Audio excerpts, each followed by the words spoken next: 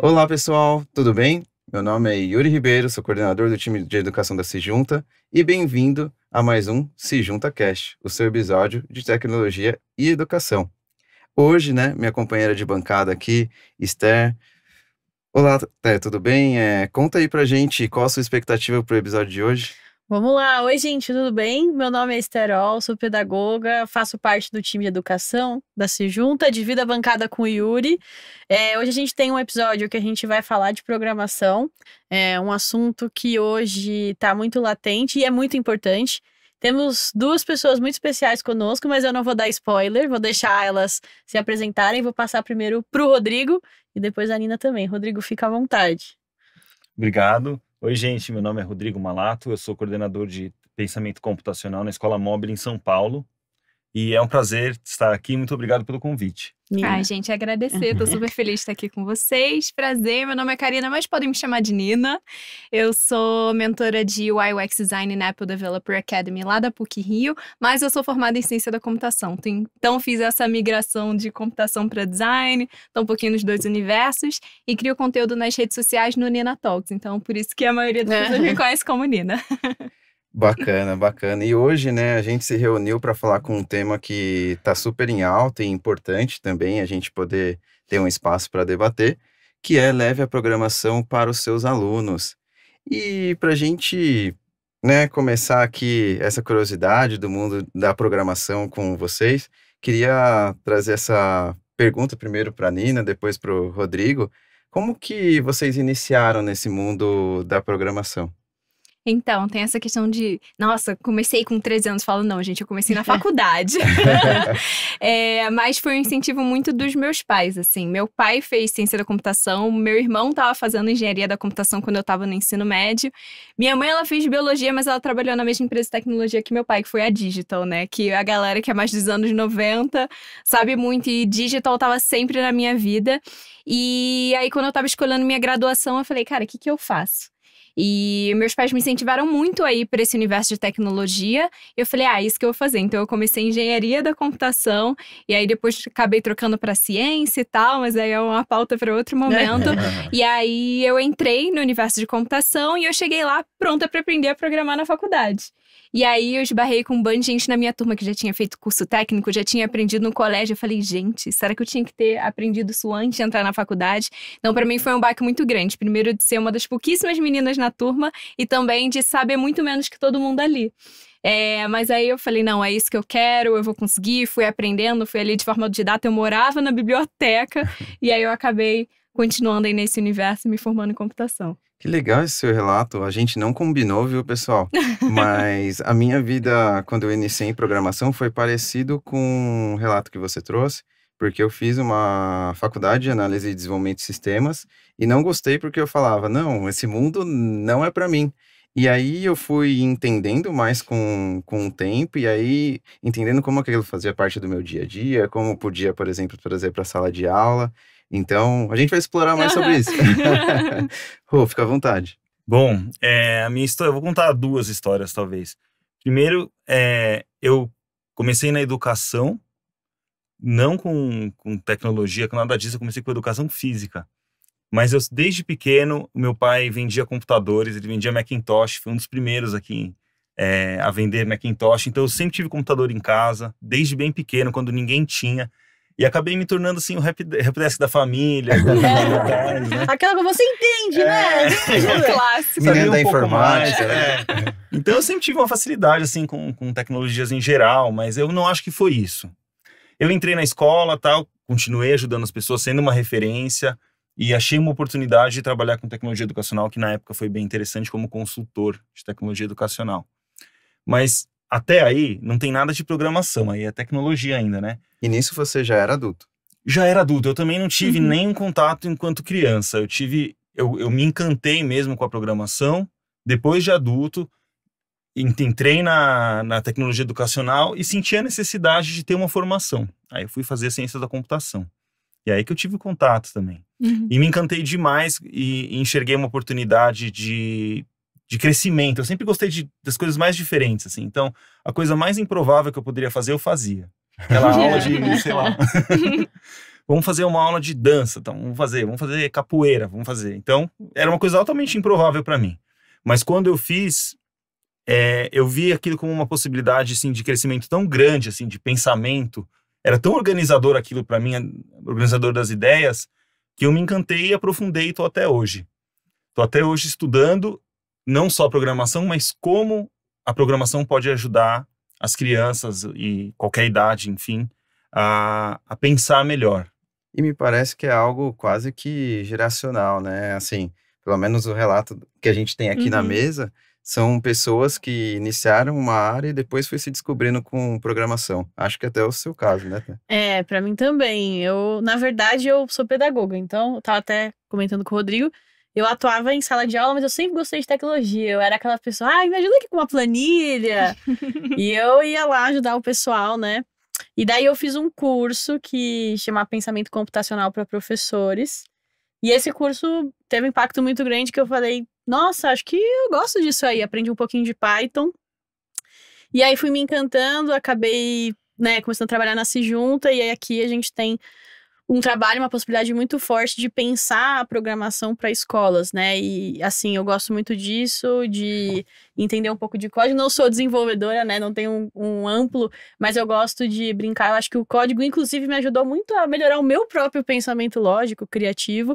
Mas eu também não tive contato nenhum, né, na escola, assim, com programação. Eu não fazia ideia, na verdade. Eu fui entender o pensamento computacional depois, né, de já ter terminado a faculdade e tudo mais. É algo que a gente vai falar hoje que a gente tem que tentar mudar, né? Então, eu vejo muito disso, desse receio que as pessoas têm muito por não ter a informação, né? Eu fico imaginando essa experiência que eu pude ter depois de adulto com programação, se eu tivesse esses estímulos desde quando eu era estudante, desde quando eu era um aluno, provavelmente o cenário ia ser totalmente diferente. Eu lembro quando eu era mais novo, né? Que não faz tanto tempo assim. Somos jovens, muito jovens. Era quase que um tabu, assim, você falava programação, você mostrava as linhas de código e era algo muito distante, assim, era algo quase que um nicho. E hoje eu vejo que isso está mudando, pouco a pouco, mas mudando, né? Eu lembro que o que eu tive no colégio mais próximo foi aula de informática. Eu cheguei a ter, mas era tipo abrir um documento no Word, brincar ali com Tangram. Não tinha nada efetivamente com código. Paint. Eu acho que um Paint. Eu acho que teve um pouco de HTML, mas assim, acho que foi o máximo. E eu lembro que, tipo, eu amava muito. Eu era a pessoa que eu terminava super rápido. E eu ficava andando, tipo, meio monitor. E o professor ficava, tipo, senta. Eu ficava, não, mas eu já terminei. Eu tô aqui, tipo, ajudando as pessoas. Aí hoje, quando a gente reflete essas coisas, fala, eu já tava caminhando um pouco, Sim. assim, pra esse lado, sabe? E pelo papo que a gente trouxe, parece que existem esses tabus, né, com programação. E queria escutar mais de vocês, assim, acho que uma pergunta quase que reflexiva, mas de forma geral. Vocês acreditam que todo mundo pode programar? Aí, Rô, se quiser começar, pergunta do milhão. Pergunta do milhão, vamos lá.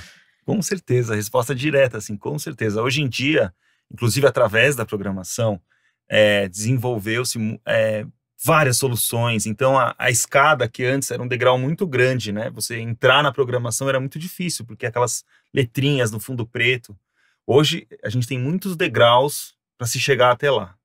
Então, você consegue, com atividades simples já, muito facilitadas, programar, e aí você vai precisando de uma coisinha a mais, você vai dominando uma outra técnica. Então, você consegue fazer essa subida ser bem suave, sem nenhuma crise, sem tanta dificuldade. Não vamos dizer que não tem dificuldade, porque é lógica, né? E a gente precisa se esforçar um pouco, queimar um pouco os neurônios. Mas totalmente acessível para qualquer pessoa, na minha opinião, sim. Eu também, eu concordo. Para mim, qualquer pessoa pode programar. E o que eu acho mais incrível desse universo é que você consegue unir as suas paixões. Então, é muito legal porque tudo pode estar ligado à tecnologia de alguma forma. Então, qualquer pessoa ter o conhecimento mínimo ali de código ou de pensamento computacional. Estou na frente de duas pessoas incríveis para falar sobre isso. E eu sempre levanto essa bandeira de não necessariamente você precisa aprender a programar, mas de, tipo, você conseguir pensar, né, computacionalmente, conseguir quebrar um problema complexo em pequenininhos, conseguir abstrair isso, vai melhorar a sua vida como um todo. Então, também concordo. Legal que vocês fizeram isso, até quero escutar mais com base na experiência de vocês como educadores, porque vocês comentaram sobre essa questão de degraus, né?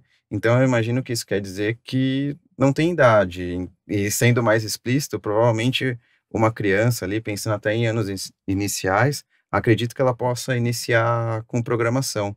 E como que vocês imaginam isso de um início para uma criança assim, de anos iniciais, por exemplo, com programação? Ou se quiser começar. Certo. Esses degraus, então, eles já foram criados para crianças bem pequenas. Temos livros, temos jogos, brinquedos, já pensados para crianças a partir de 3 anos. Então, no campo da brincadeira mesmo. A brincadeira que envolve essas coisas do pensamento computacional que vai servir de base no futuro para essa criança, se quiser programar. E se não quiser programar, ainda assim ela vai levar essa base do pensamento computacional para outros problemas, né? Para outros âmbitos da vida. Então, problemas de decomposição, problemas de abstração, de você tem que extrair o que é o mais importante de uma situação, de um quadro. Já tem algoritmo no jeito deles, né? Na criança de 3 anos. Então, o que faz parte da vida dessa criança? Então, numa rotina escolar, por exemplo, ela tem várias mini rotinas. Então, quando ela chega, ela tem que arrumar o material, guardar, sentar na cadeira. Isso pode ser um algoritmo, né? Isso pode ser tornado uma brincadeira de algoritmo, ou algoritmo de higiene, almoço, enfim. Então, isso no formato de brincadeira, porque eles são muito pequenos, eles precisam brincar mesmo, a gente já consegue trabalhar essas habilidades. Então não necessariamente precisa estar na frente de um computador escrevendo um código ali. Não necessariamente, mas até pode, porque tem brinquedos que você realmente programa. Legal. São robozinhos que você programa de uma forma bastante facilitada para o deslocamento, né? Então você manda ele para frente, virar à direita. E o código também não precisa ser palavras, né? Assim, hoje existem muitos aplicativos que funcionam para crianças não alfabetizadas, né? Então, por exemplo, se você vai trabalhar com código, muitas vezes em bloco, mas você trabalha com a ideia do código, mas com imagens, para facilitar para uma criança que ainda não lê também, né? Total. Tem símbolos, tem por desenhos, todas as categorias possíveis, total. Perfeito. Eu amo essa parte, tipo, de programação visual, né, para as crianças. E até para quem não é criança, tipo, Sim. eu gosto muito o conceito de me explica como se eu fosse uma criança de 5 anos. E quando sempre alguém me pergunta o que é um algoritmo, eu falo, vamos pensar numa receita? Então, toda vez que a gente exercita essa questão de como eu simplifico as coisas, tem muito a ver com todo o pensamento computacional, eu acho que torna muito mais acessível tanto para a criança quanto as pessoas mais velhas que acabam tendo um pouco de receio de é muito difícil. Porque eu acho que desde cedo a gente é muito colocado nessas caixinhas de você é de exatas, você é de humanas, você é de biológicas. Então eu tinha uma crise de tipo, eu sou de exatas ou eu sou de humanas? Tipo, eu gosto de design, mas eu gosto de matemática.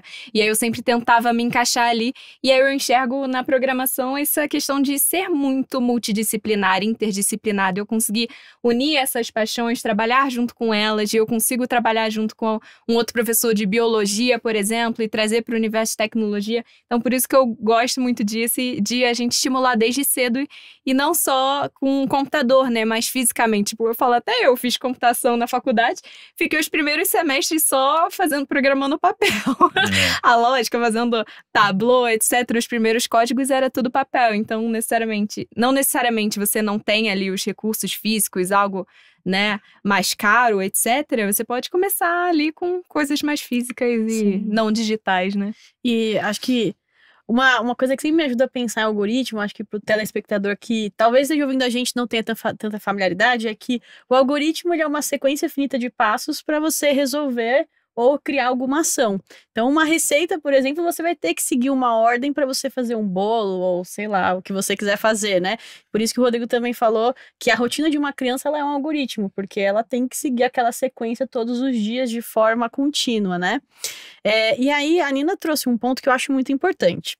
A gente vivencia muito isso com as escolas, né? Muitas vezes a escola quer trabalhar programação, mas quem que vai ensinar? Né, se a gente tem uma lacuna muito grande de pessoas como nós que não foram ensinadas de programação anteriormente. E eu queria escutar vocês pensando assim, como que a gente prepara esse professor, né? Como que esse professor, como a Nina trouxe, às vezes não é só para criança, como que esse professor também se sente preparado para poder trabalhar a programação, trazer a programação para a sala de aula?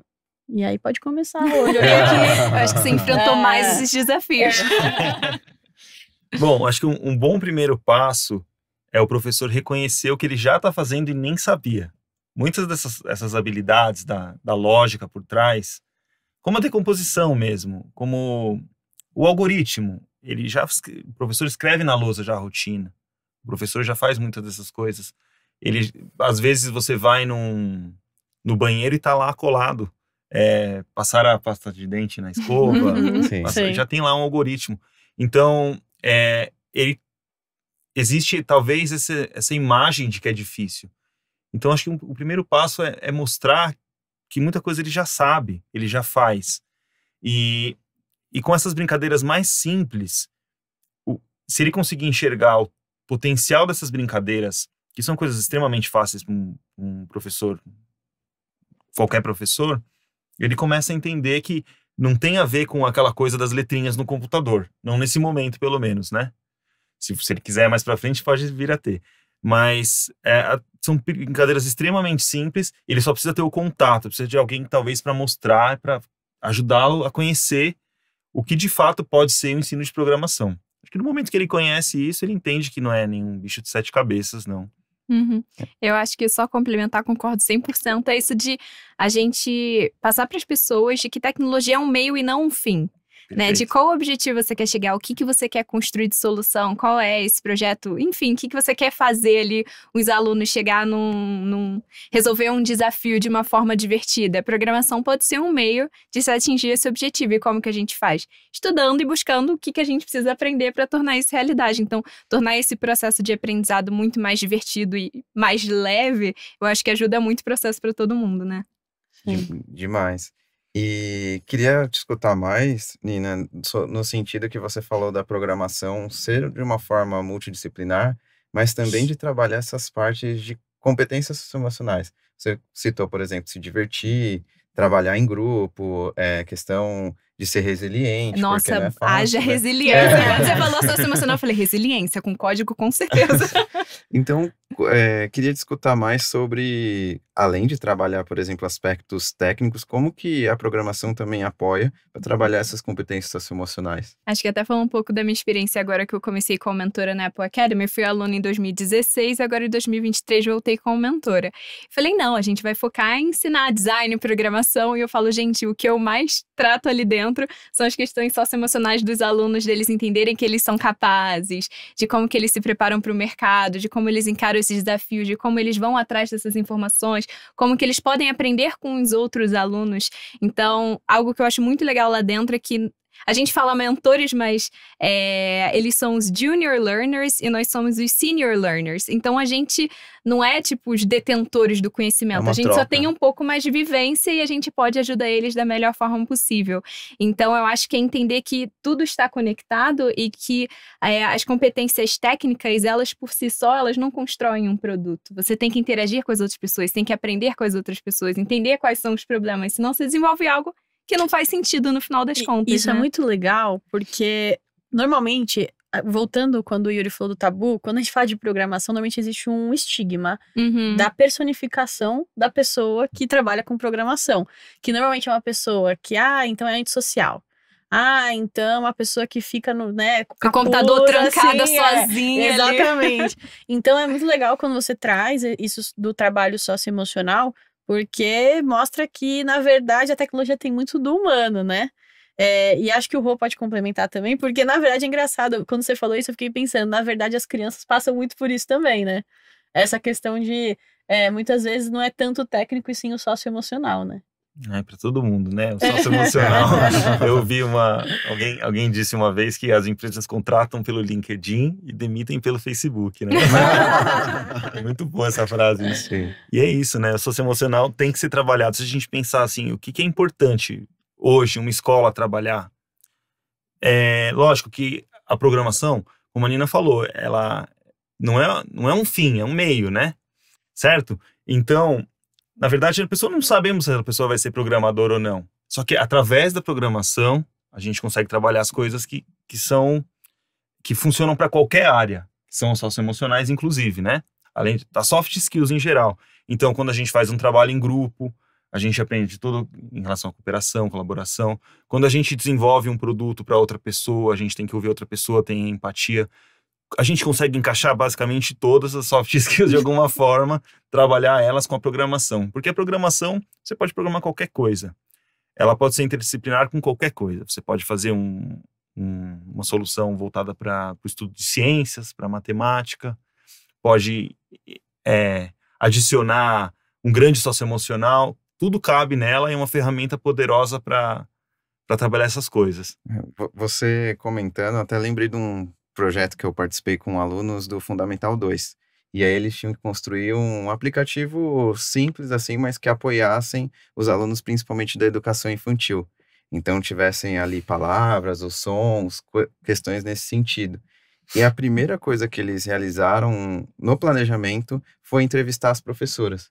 Então entender as dores delas, entender quais eram as necessidades, e aí a partir daí desenvolver e ir testando com os alunos, ver quais eram as respostas, até chegar a uma conclusão. Então, olha que bacana, né? Essa questão de ter a empatia, se colocar no lugar do outro, para aí sim chegar a uma construção. Então, pelo que eu vejo, né, da fala de vocês, a questão hoje de programação é muito maior do que apenas o desenvolvimento. E sim essas questões de competência socioemocional, a questão de desenhar um projeto, uma questão de ter um bom planejamento, envolve muitas competências, né? Soft skills que eles chamam. É isso de, tenho uma ideia, mas será que mais pessoas estão enfrentando aquele problema? Eu preciso ir pra rua, eu preciso encontrar problemas reais, preciso entender quem é o meu usuário, ele vai utilizar a solução, a construir da melhor forma possível. Então, programar é um pedaço que muitas vezes considerável ali do nosso tempo, mas é só uma parcela de toda essa construção de um projeto, e a maior parte é o que você falou, é ouvir pessoas, estar perto de pessoas, entender elas. Então, para mim, é muito sobre, a gente humanizar a tecnologia mesmo. Ela tá aqui à nossa disposição pra gente desenvolver algo que faz sentido, então... Sim, e também, assim, o que eu achei mais, assim, quando eu tive contato com a programação, foi muito interessante quando eu entendi que os humanos, pelo menos até o momento, é que criam os códigos, né? E aí o que acontece com isso é que acontece que a gente ainda é o responsável de fazer a máquina funcionar desse jeito, né? E é interessante quando você passa a entender que isso tudo não é tão mágico assim, existe todo um trabalho por trás disso, né? E isso traz muitas questões até de cidadania digital, de uso, que são pontos muito importantes de serem trabalhados também com as crianças, né? Ou também na universidade, eu acho que... Porque muitas vezes a gente não é ensinado a fazer esse uso ético, né? Do código, das máquinas, enfim. E aí, uma coisa que eu queria trazer pra gente refletir também é que quando a gente pensa em ensinar programação, a gente tem várias formas. Por exemplo, dá para ir para o design, dá para ir trabalhar mais para o código, dá para trabalhar mais pensamento computacional. E, assim, quais são as possibilidades que a gente tem de estruturar esse trabalho de programação dentro de uma escola, até mesmo de uma universidade, né? Então, assim, tem que ser obrigatório, tem que ser um extra, ou assim, né? Quais são as possibilidades? Porque eu acho, pensando nas pessoas que vão estar escutando a gente, talvez elas fiquem muito interessadas em ter programação depois do nosso papo, né? Assim espero. E vai ser bacana porque tanto o Rô pode trazer exemplos de educação básica, a Nina pode trazer exemplos de ensino superior. Exatamente. Então, ideias não vão faltar. Exatamente. Então, Rô, fica à vontade, se quiser comentar, assim, quais são as possibilidades que você enxerga, assim, dessa estruturação de, quero programação, por exemplo, na minha escola, né? Quais são as possibilidades que eu tenho? Tá, eu vou começar dizendo... Todo mundo conhece a BNCC, que é o nosso documento norteador, mais que norteador, né? A gente realmente tem um dever aí de ensinar alguns conteúdos. E foi lançado no ano passado a BNCC Complemento para Computação. E dado o prazo de 1 ano para as escolas incluírem esses objetivos de computação nos seus currículos. E que esse prazo acabou esses dias, aí, acho que, se não me engano, no dia 1 de novembro. Então... existe essa conversa pesada aí, um pouco pesada, de que realmente as escolas precisam incluir, né? E não só a programação, né? Eles colocam como pensamento computacional, tem 3 eixos lá: o pensamento computacional, a cidadania digital, que é uma coisa mais voltada ao que você estava falando, né? De uso social, e o mundo digital, que é a parte mais técnica da tecnologia. Então, existe essa exigência já, né? Agora, a pergunta era de que forma a gente consegue isso? Repete para mim, por favor. A pergunta, assim, por exemplo, você trouxe um ponto muito importante da BNCC, né? Mas como que a gente pode estruturar a programação, inserir a programação dentro da sala de aula? O que eu quero dizer assim, é obrigatório? Não, um extra? Quais são as possibilidades que a gente tem de estruturar isso dentro da escola, né? Para uma pessoa que, por exemplo, vou implementar para 2024, porque eu preciso cumprir a BNCC, né?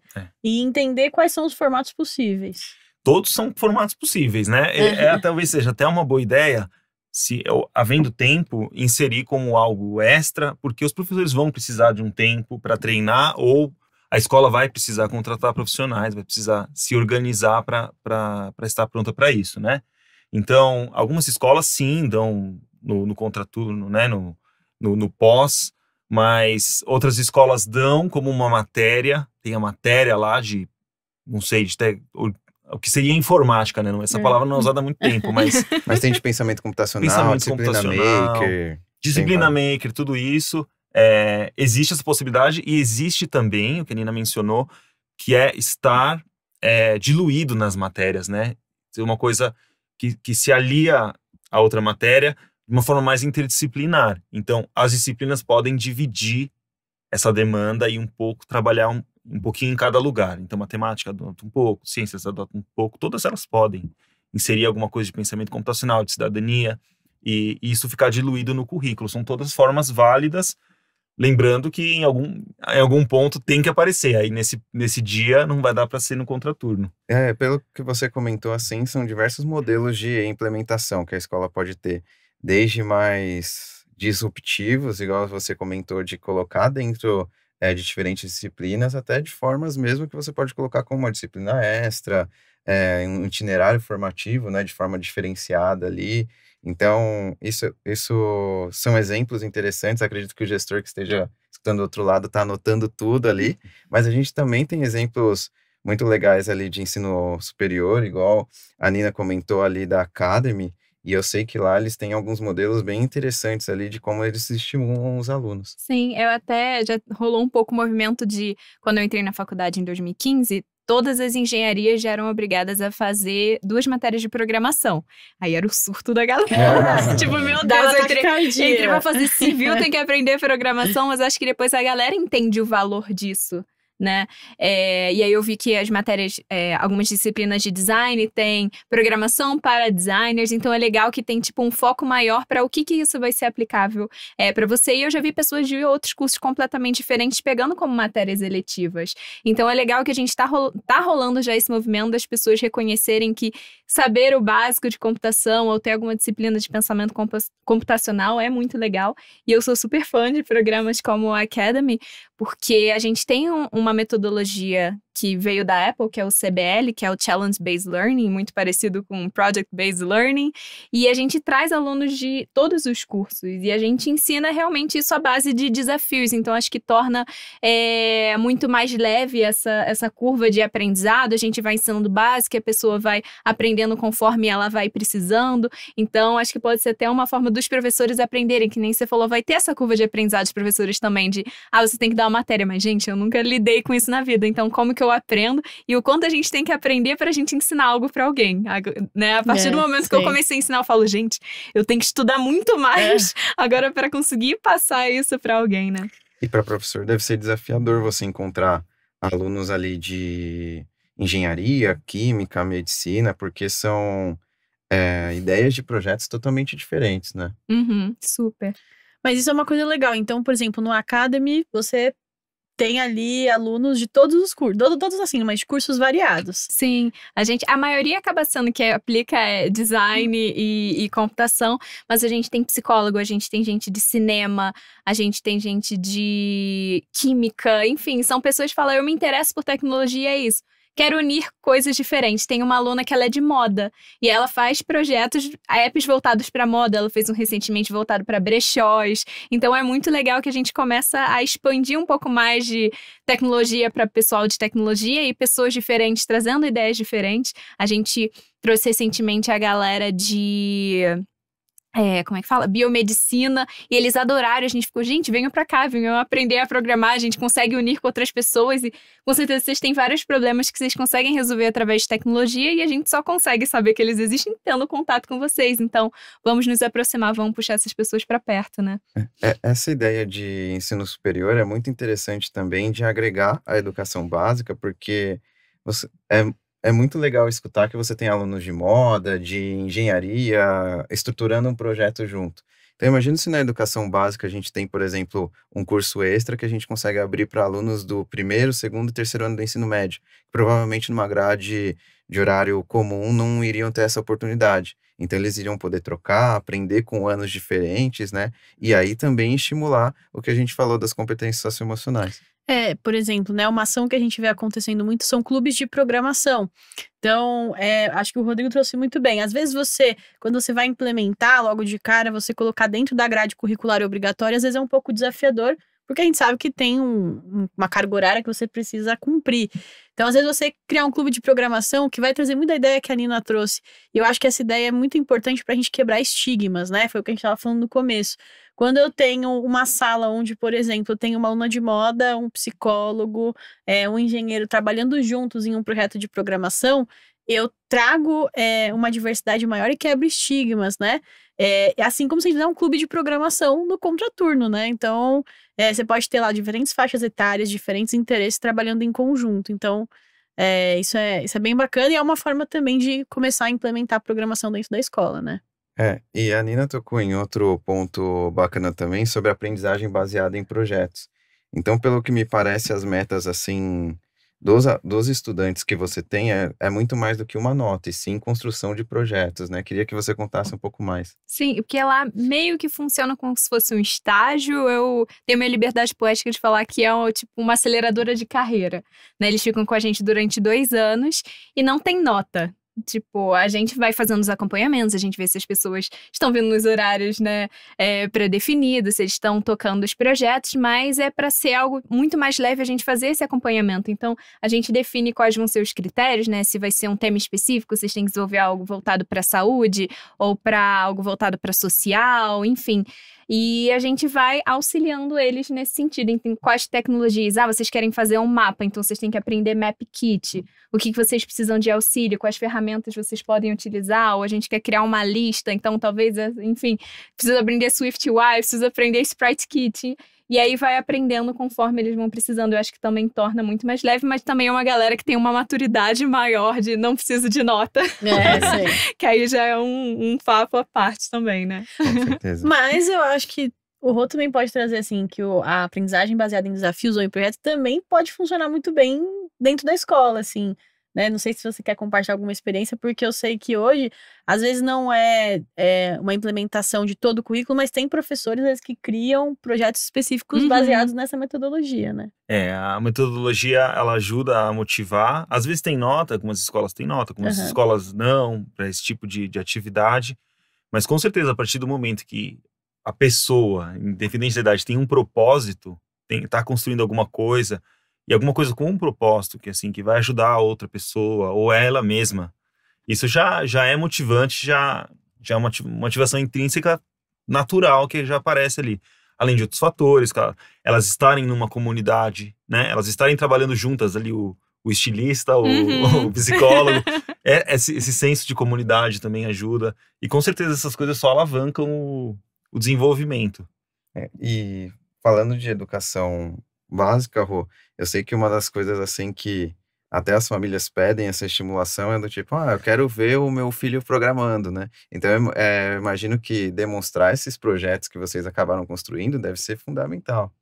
É fundamental e é importante que, no caso das crianças, que elas saibam desde o começo, porque isso também é um fator motivante enorme, né? Saber que o trabalho deles vai ser exibido, vai ser colocado num mural, ou as famílias vão vir ver.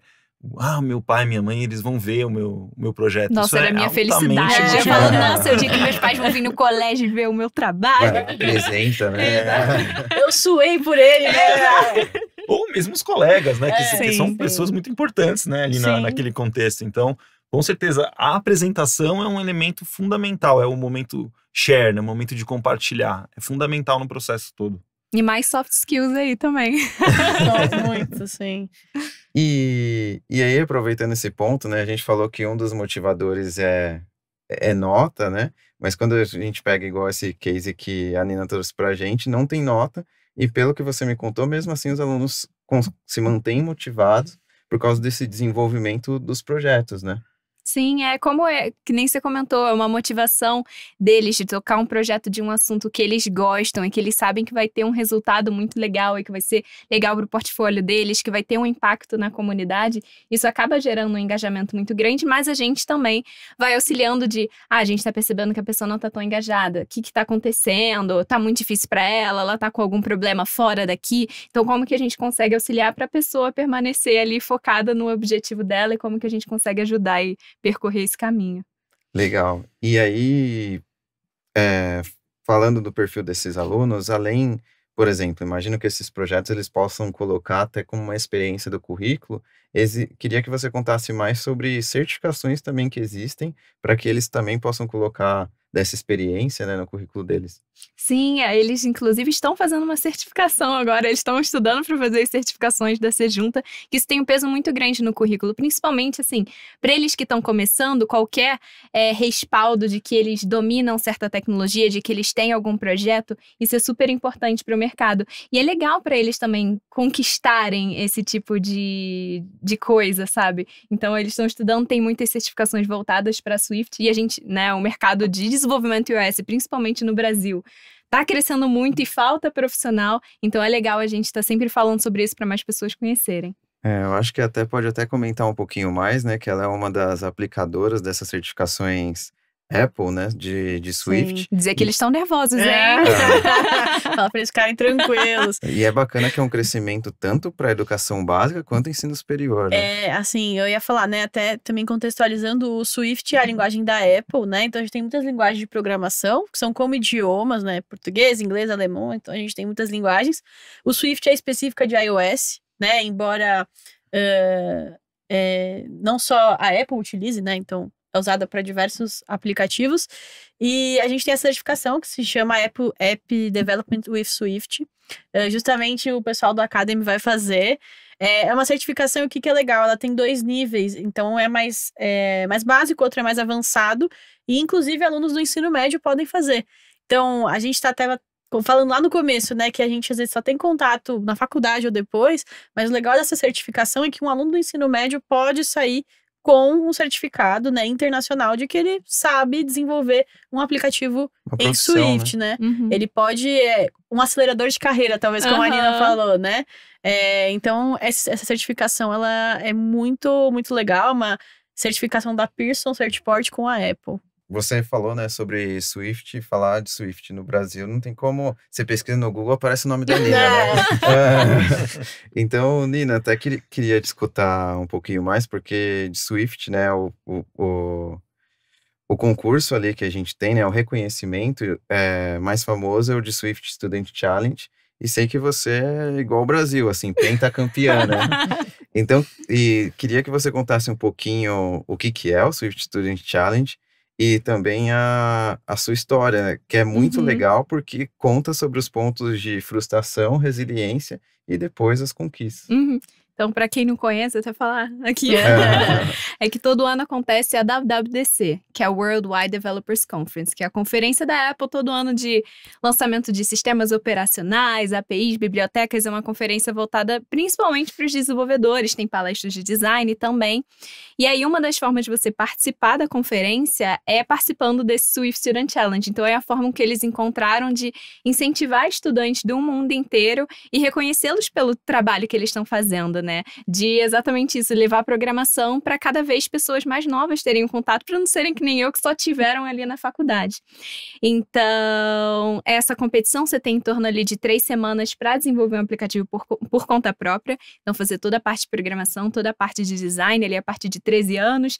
Tem os critérios ali, pré-requisitos, aí depois dá para dar uma lida também. E é isso, você pode desenvolver um Swift Playground interativo de 3 minutos sobre qualquer coisa. Aí você fala, que legal, posso fazer sobre qualquer coisa. Meu Deus, posso fazer sobre qualquer coisa. E aí você fala, gente, como que eu vou escolher um tema, o que eu vou desenvolver, o que eu vou falar, quais vão ser as interações. Então é aquele surto inicial. É o meme do Chico Buarque, né? E aí eu falei, não, beleza. E aí a questão é que na Academy a gente incentiva muito os alunos a aplicarem. Principalmente porque as pessoas não sabem que existe. E aí a maioria das pessoas tem contato na universidade. Só que quando eu fui pra conferência lá nos Estados Unidos, eu falei, gente, só os brasileiros que têm aqui uns 18, 20 anos. Dos outros países é 13, 15. O pessoal vai com um pai, porque precisa realmente ali de alguém com maioridade ali junto. A mais nova que venceu tinha 9 anos, né? Acho que sim. Eu acho que passou até uma mais nova. E a mais velha tinha 82. Olha que demais. Então, é o quanto eles abraçam pessoas de todas as idades, independente do seu nível de conhecimento. Então, as pessoas falam, nossa, é só quem desenvolveu o aplicativo melhor tecnicamente, que solta laser e dá cambalhota que vai passar. Eu falo, não. Eles avaliam caso a caso, porque é para estimular que os alunos participem e mostrem o quão criativos eles são, quanto eles estão aprendendo programação.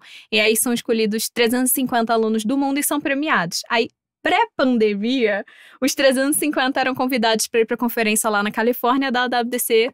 Durava uma semana. E aí foi as melhores semanas da minha vida de poder vivenciar isso lá. Aí agora, pós-pandemia, eles selecionam algumas pessoas e chama. E aí, agora para 2024, eles vão levar 50 dos 350. E aí eles estão voltando, a conferência vai voltar a ser maior, porque estava sendo uns 2 dias depois da pandemia. E eu tô assim, vamos voltar a ser uma semana. Por favor, vamos voltar uma semana, porque é incrível. Acho que, né, dei 1000 votos, mas...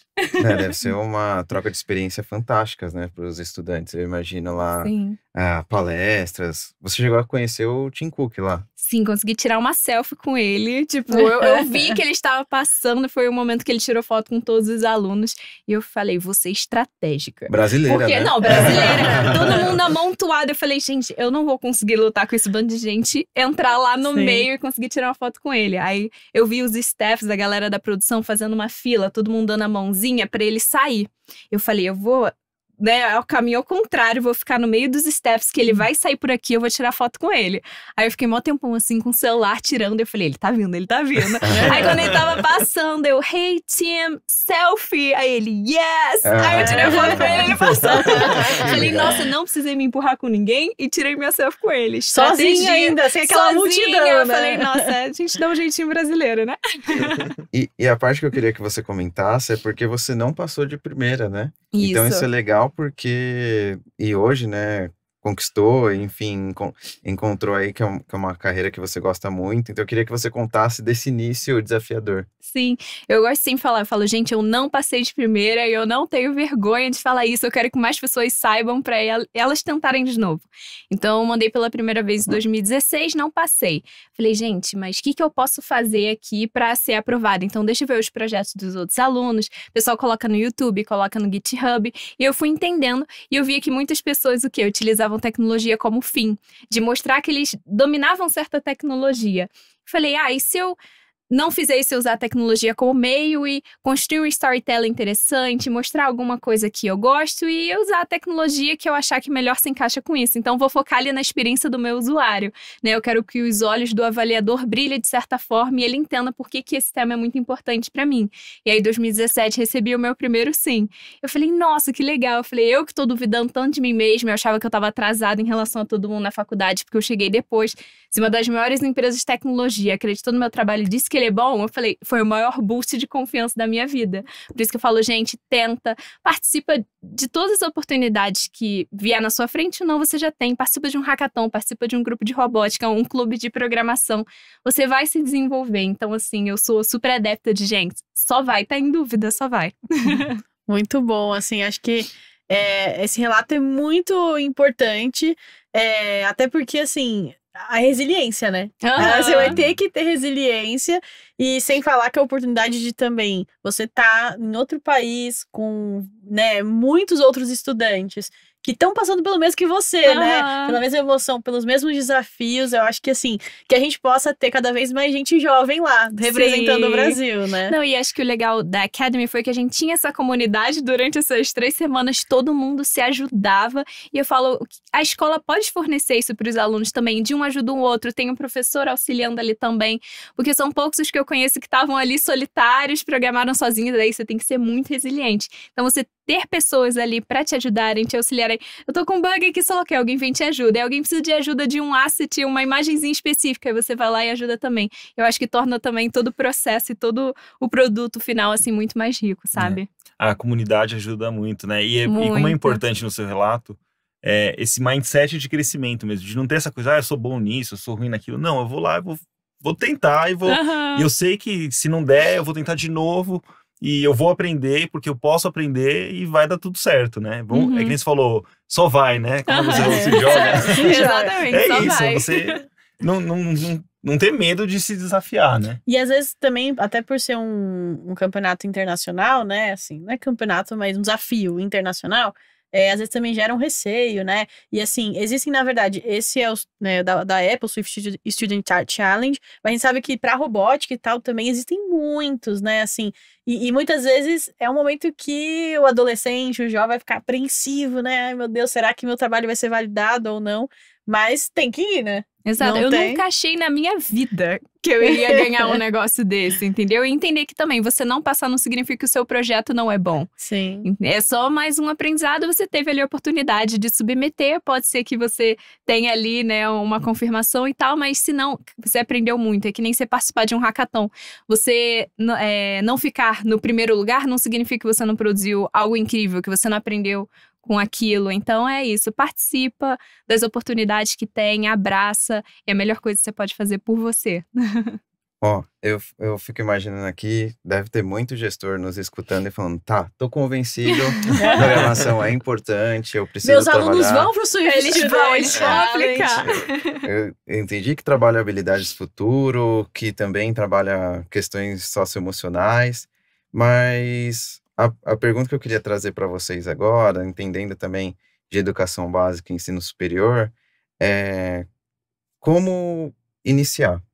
Um gestor que está escutando agora, por exemplo, de educação básica, que ele queira implementar a programação, daí, Rô, se quiser começar, quais os primeiros passos que você indicaria, assim, para esse gestor que está curioso e quer começar pequeno, mas dar um primeiro passo para entender mais sobre pensamento computacional?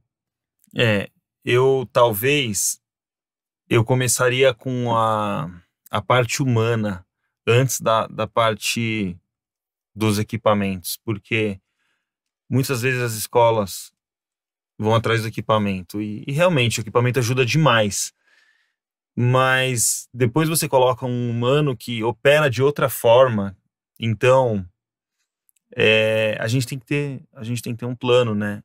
E dependendo da pessoa que assumir esse projeto dentro da escola, ela pode trazer um plano diferente. Então, eu começaria, de repente, pensando em quem vai abraçar esse projeto, porque isso precisa ser desenhado, precisa ser planejado, para depois a gente ir atrás dos recursos necessários para viabilizar esse projeto. Pela sua fala, parece que o passo 1 ou 0 é planejamento. Planejamento, com certeza, porque se a gente só jogar tudo lá e tentar fazer dar certo, provavelmente a gente vai ter que refazer, né? A gente vai se percebendo, cometendo erros e recalculando rotas, né? Então, começar pelo planejamento, assim, realmente pensar por que eu tô, né, colocando esse projeto, qual é o meu objetivo com isso, ter isso bem claro. A partir daí, você traça a rota e tudo que essa rota envolve. Então, eu pensaria realmente na parte intelectual primeiro. Legal. E bacana você compartilhar isso, porque hoje, quando a gente fala de materiais de programação, do lado da Apple, por exemplo, a gente tem os livros de programação para todos dos anos iniciais, o Puzzles, Aventuras. Então, materiais a gente tem.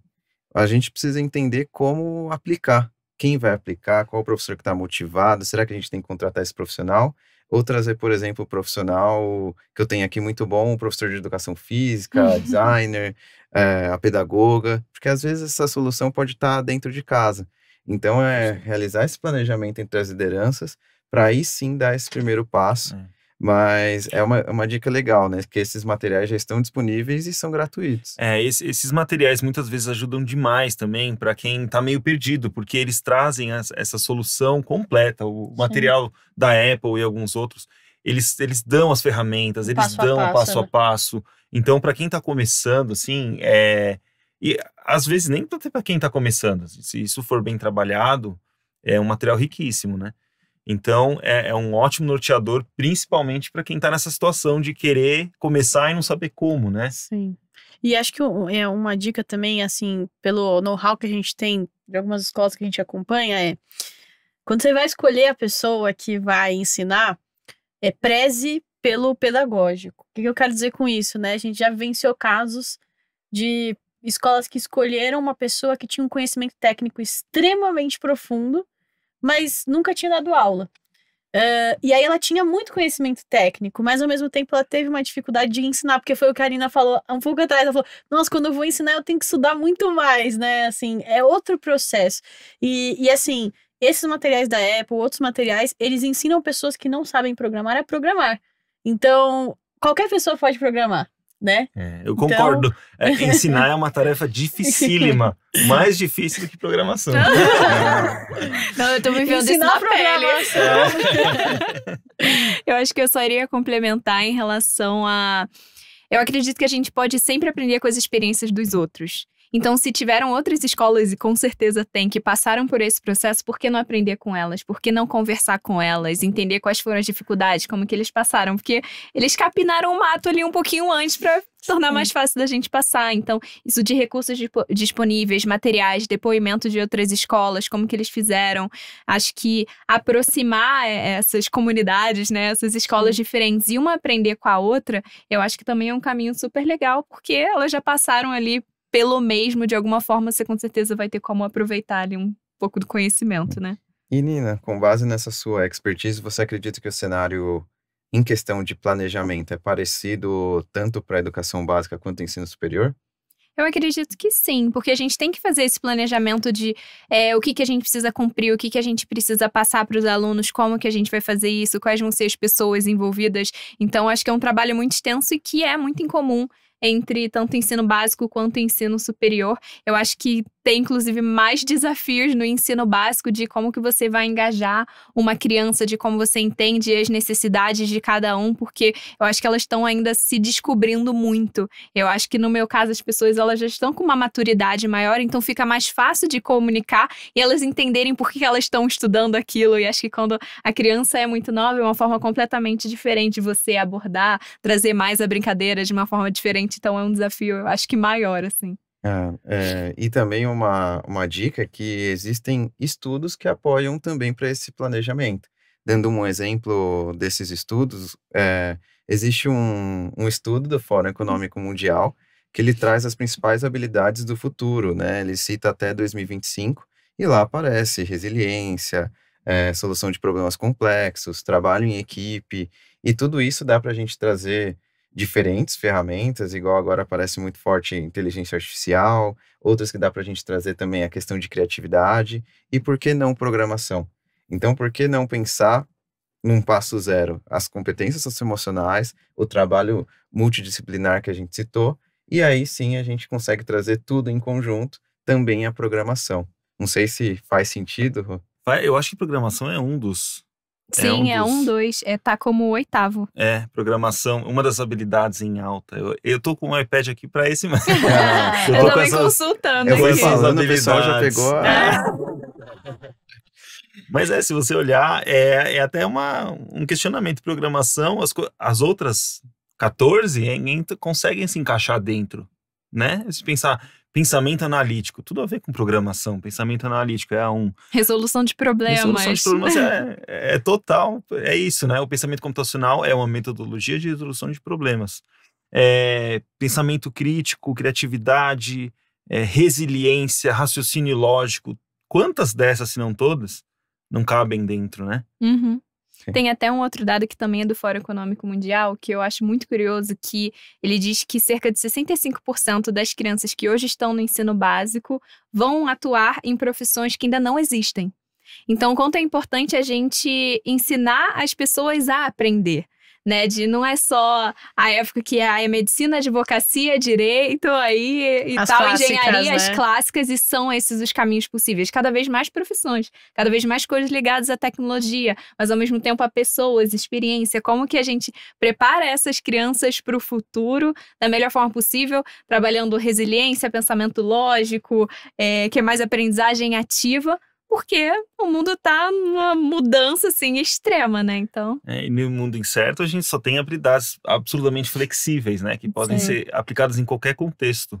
A gente não sabe o que vem no futuro, então, se você tem um bom raciocínio lógico, você tem resiliência... Você tá preparado para a mudança, né? O que vier, tá preparado. Muito bom. E acho que também um ponto legal que vocês trouxeram, né? De momentos e formas diferentes, é a questão da importância da comunidade, né?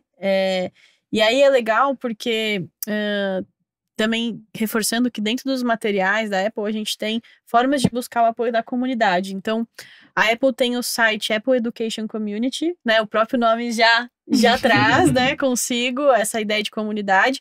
E ali tem um fórum onde você consegue, por exemplo, captar ideias de outros educadores. E você consegue buscar palavras-chave. Então, por exemplo, né, o seu professor, ou até você como gestor, né, você pode entrar lá e ver o que pessoas de todo o mundo estão aplicando, estão fazendo com programação, né, com os livros que o Yuri mencionou, outros recursos também. Hoje tem muitos aplicativos, não só da Apple, assim, muitos aplicativos, a gente tem o Tinker, tem CodeSpark, um monte de coisa que promove essa possibilidade. E aí, essa força da comunidade se faz muito presente. Essa troca, né? Principalmente porque ainda é uma disciplina, entre aspas, um conteúdo que ainda está engatinhando, né? Então, ainda tem um caminho para a gente conseguir conquistar nas escolas. Com certeza. E esse caminho de planejamento, implementação, por exemplo, do lado da Sejunta, a gente chega com tanta importância que a gente tem uma equipe só para projetos. Então tem que ter sim o educador, tem que ter, por exemplo, a equipe de TI, que também vai apoiar com o dispositivo que for escolhido, mas é essencial ter alguém de projetos para garantir que esses passos estão sendo desenvolvidos, para garantir que lá na ponta está fazendo sentido para o aluno, para o professor. Então é essencial que a gente entenda assim, tanto do projeto quanto ter um bom planejamento. E da nossa discussão aqui, eu tô adorando, só num aplauso, né? Porque se alguém estiver escutando aqui, não vai ser bom. Mas não parece, mas estamos chegando na nossa parte final. Papo bom é assim, passar rapidinho, né? E aí, chegando nessas partes de fechamento, a primeira pergunta que eu queria trazer para vocês, se vocês têm indicação, por exemplo, de materiais que foram importantes para vocês no decorrer desse aprendizado, ou que hoje vocês estão utilizando. Queria escutar. Nina, se quiser começar. Tô pensando, eu sou um pouco a louca dos livros, assim. Eu sei, eu já comprei livro por causa de indicação sua. Eu acho que um livro que eu gosto muito é o Entendendo Algoritmos. Ele tem meio que uns ratinhos, assim, na frente. E eu acho que ajuda a pessoa que não teve muito contato com programação e tem um pouco daquele receio, entender que é uma receita que você vai seguindo, são os passos a passos, eu acho muito legal. Acho que o que me ajudou também, mais pra mim, eu gosto muito do livro Comunicação Não Violenta. Acho que são esses, assim, os principais. E porque o que me ajudou efetivamente foi a vivência, foi a troca, foi conversar com as outras pessoas, as pessoas irem me indicando caminhos possíveis e eu indo ali de forma um pouco mais autodidata, entendendo o que faria sentido, dependendo do que eu tava buscando pra minha carreira. Mas acho que esses são os dois principais, assim, um que eu indico e um que pra mim foi muito importante na minha formação como pessoa. Dando outra perspectiva, além da dos livros, eu indicaria para crianças e também, por que não, para adultos, para quem quiser começar. Além do material da Apple, que tem o Everyone Can Code, eu não sei se ainda é esse, porque tem um tempo, o Everyone Can Code, que inclusive ele traz ferramentas como o CodeSpark, que você mencionou, o Tinker, que são ferramentas pensadas para criança, mas que são uma delícia. Acho que qualquer adulto É divertido, né? aprende. Gente, aquele kit de Lego que tem. Gente, eu sou doida pra ter aquilo pra mim. A robótica também é um caminho muito legal, né? Você montar os carrinhos, Sim. o Lego Mindstorms.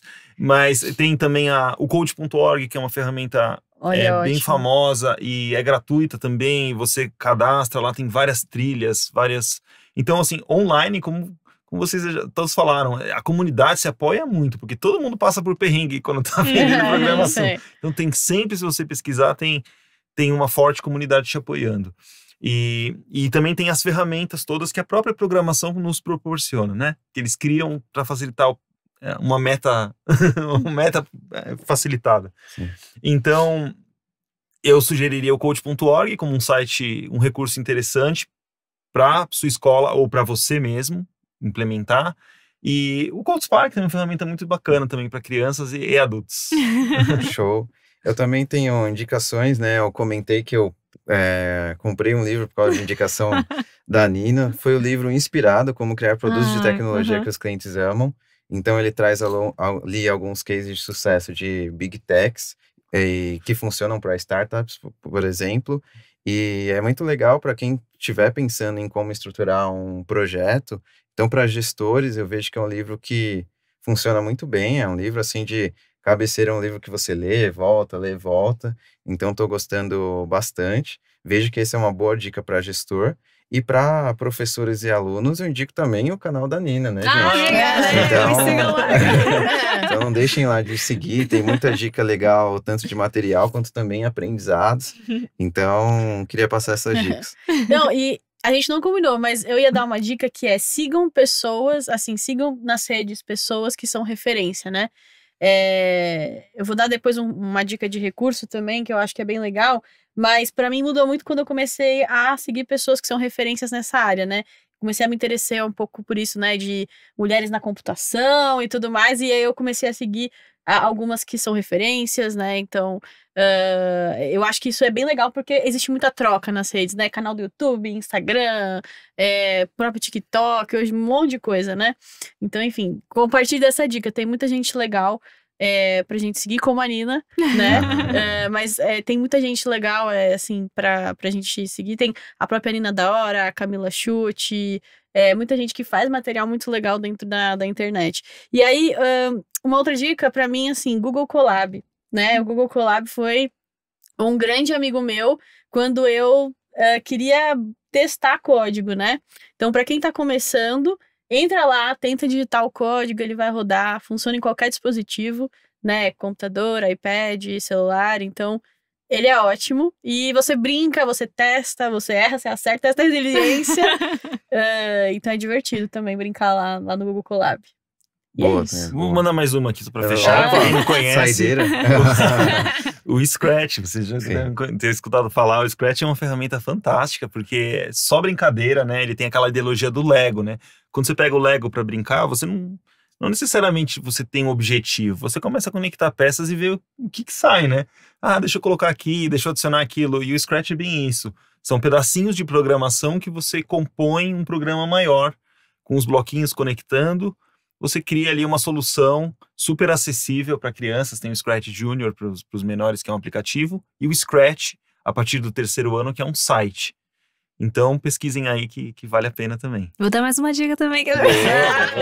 É que tem um app chamado Grasshopper, que é tipo um Duolingo de programação. Então, você faz 5 minutinhos por dia ali. Então, acho que é um primeiro contato. Se legal, você aprende um pouquinho a programar. Primeiros passos, Primeiros né? passos, 5 Legal. minutinhos. Tá tudo certo. Diferente mesmo.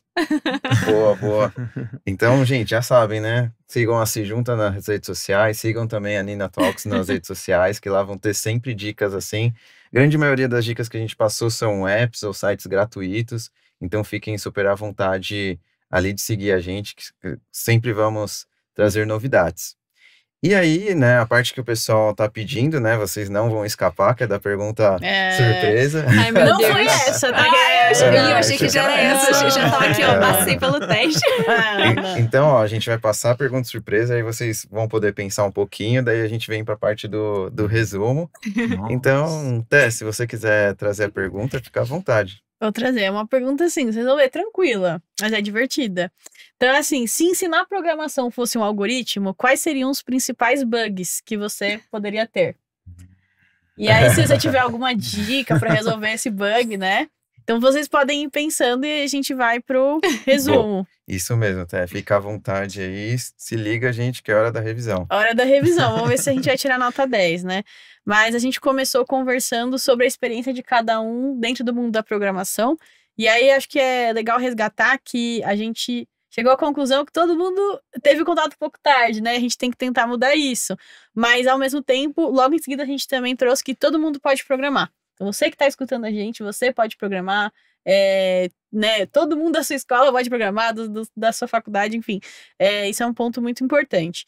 A gente falou também que no começo pode ter alguns estigmas. É difícil, né? Nossa, aquela coisa do código. Eu preciso saber, sou de exatas, tem que saber matemática. E aí a gente falou como a gente quebra um pouco esses estigmas, que o professor precisa estar preparado, né? Mas que não é difícil se preparar, tendo um suporte, tem muitos materiais que a gente trouxe, essa questão também dele, ele vai ter a capacidade de aprender, né? A gente falou também que é muito importante essa questão da gente poder trazer a programação como interdisciplinar. Então, eu consigo conectar a programação com moda, com psicologia, com humanas, exatas, biológicas, e que isso é muito importante, né? A importância também de a gente ter metodologias como o CBL, o PBL para auxiliar. O Swift Student Challenge, que a Nina trouxe a experiência dela, né? De que de primeira não foi, mas depois ela ganhou 5 seguidas, né? Foi que foi, né? Foi que foi. Hackeei o negócio. Então, que é um campeonato eu falo campeonato, gente, é desafio, né? Um desafio da Apple muito legal para alunos. Enfim, então, que é muito bacana, e toda a experiência também dentro do Apple Academy. E que a programação sempre tem a parte humana. E a gente tem que começar por ela. Então, quando a gente falou, né, o Rodrigo trouxe, eu começaria pela parte humana quando a gente vai implementar a tecnologia. Isso é essencial. E que existem muitas formas. Dá para você fazer clube de programação extracurricular, curso no contraturno, disciplina obrigatória, ou colocar diluído em várias disciplinas. E que é muito importante ter planejamento, né? Então, se você está ouvindo a gente, você quer levar a programação para sua escola, para sua instituição de ensino superior, se planeje e comece aos poucos, mas vai dar certo. Acho que esse é o resumo de tudo. Sim. Que a gente falou muita coisa, mas muita coisa legal. Fez sentido pra vocês o resumo? Super. Sentido. A gente tava aqui multitasking, pensando. Ai, gente, foi até anotando, senão meu cérebro esquece tudo. Eu pensei, o que eu pensei? Muita informação. Se quiser recapitular a pergunta. Então vamos lá. Pergunta surpresa, gente. Não vamos sair sem. Se ensinar programação fosse um algoritmo, né? Quais seriam os principais bugs que a gente poderia enfrentar? O que eu pensei que é o principal é tipo, insegurança e falta de confiança das pessoas. Pra mim, esse é o maior bug, que é o que mais trava. As pessoas falam, não é pra mim, não vou seguir, vou parar. Então, pra mim, esse é o maior bug. Eu acho que a gente consegue, tipo, hackear essa confiança das pessoas e mostrar pra elas que todo mundo pode programar. Acho que pra mim, essa é a principal. Eu tava pensando aqui, né? Compondo essa pergunta e abstraindo. Cumprindo aqui as etapas pra resolver esse problema. E tudo pode dar bug nessa linha de código, né? Vários lugares, como tudo tá sujeito a problema, mas eu acho que a figura do professor que vai estar na linha de frente, ele precisa, eu não consigo estressar o suficiente o quanto esse professor precisa da formação. Eu acho que ele pode ser a origem de vários bugs, caso ele não esteja preparado. Claro que não dizendo no sentido de aumentar a insegurança, mas sim é importante que o professor veja antes o que vai acontecer naquela sequência didática, que ele conheça, que ele saiba. O estudo e o preparo. O estudo e o preparo. E que ele seja acolhido também, né? Pela gestão, assim, no sentido... Às vezes vai ser um professor de dentro da casa, como o Yuri falou, né? E às vezes ele só precisa sentir que ele tá num ambiente seguro também de... Nossa, talvez eu erre, mas tudo bem, porque eu tô aqui empenhado em me preparar e ser preparado, enfim, né? E tendo tudo isso, ele vai sentir seguro, né? Exato. Volta pro mesmo. Tem autoconfiança do aluno e autoconfiança de quem realmente está ensinando. Eu botei aqui também excesso de informação, saí anotando. Né? Porque o que eu vejo não falta informação, tem informação demais. Então as pessoas se perdem, elas não sabem por onde começar, elas acham que vai ter um caminho único de qual é a forma que eu começo, e elas acham que tem uma única, sendo que tem vários caminhos diferentes pra gente chegar no objetivo. Então acho que excesso de informação também, acho que trava muitas pessoas, pode ser a pessoa pode bugar ali. Com certeza, com certeza. Com certeza. Então, gente, queria também pedir para vocês trazer as considerações finais, assim, do lado da Se Junta. Foi um prazer receber vocês. Tenho certeza que o gestor, professor, aluno que estiver escutando a gente do outro lado vai levar aí muitos aprendizados, materiais para explorar. E queria que vocês deixassem os recados finais. Então, Nina, se quiser começar, abrir o coração para a câmera, fica à vontade. Acho que o primeiro é agradecer, e acho que o principal desse papo mesmo é a gente fazer com que mais escolas entendam o valor de ensinar programação desde cedo para os alunos, que a gente consiga ser uma areia ali nesse movimento aí, principalmente no Brasil, que mais pessoas entendam que isso é importante para a formação da nossa sociedade como um todo, de letramento digital, de cidadania digital, e que todos estejam preparados aí para as mudanças que vão vir, que a gente sabe que vão ser muitas, mas que a gente ensine que aprender a aprender é importante, que a gente também leve isso pra gente. É isso. É isso, também queria agradecer. E muito bacana a gente ter essa oportunidade de divulgar esse conteúdo que eu há tanto tempo me envolvi, estudo, trabalho na prática, na teoria. Sei o quanto é valioso e espero que cresça cada vez mais num mundo que a gente fala... tem o lifelong learner, né? Que é um mundo que muda tão rápido que a gente tem sempre que estar se atualizando mesmo, né? Então, espero que as escolas também sejam atingidas, impactadas por essa nossa conversa e todas as outras que estão por aí, para realmente perceber a importância desses conteúdos e adotar e trazer para dentro das suas salas de aula. Acho que eles já falaram muita coisa, mas eu acho que é isso, assim. Pra mim é um prazer, porque eu amo programação, então eu sou suspeita, né? Mas, assim, eu acho que é muito importante a gente falar sobre isso, porque a programação teve um impacto muito grande na minha vida, mesmo eu não sendo desenvolvedora, e não tenho a pretensão de ser. Mas assim, é um assunto importante. Então, que bom que a gente tá podendo falar sobre isso, e vamos falar muito mais vezes, quantas vezes for necessário, para que a gente possa trazer isso mais para dentro da educação aqui no Brasil. E é isso, foi muito bom o papo. Concordo, até. Eu acredito que esse é só um início, porque a programação ela está nas nossas vidas de diversas formas e a tendência é crescer, porque cada vez mais faz sentido para o ser humano não só utilizar, mas entender, né, como que as coisas funcionam e a partir disso estimular o pensamento crítico, dentre as outras habilidades que a gente viu que são tão importantes para o desenvolvimento do indivíduo, independente da profissão que ele escolher. Então, em nome da Se Junta, agradeço vocês por ter acompanhado a gente até aqui. A gente fez esse episódio com muito carinho, pensando em todos aprender em conjunto, porque o nome Se Junta não é à toa. Então, a gente quer sempre ter essa troca com vocês e para ficar sempre atualizado sobre os nossos novos materiais, os nossos novos episódios, fique à vontade de seguir a Se Junta nas redes sociais. Estamos nas principais redes sociais, estamos também nos principais players de videocast, podcast. Então você encontra a gente no Apple Music, encontra a gente também no Spotify. Então fique super à vontade de seguir a Se Junta em todas as redes, que a gente quer estar o mais próximo de vocês. Do meu lado é isso hoje. Então te espero no próximo Se Junta Cast e até mais. Tchau, tchau. Tchau, tchau.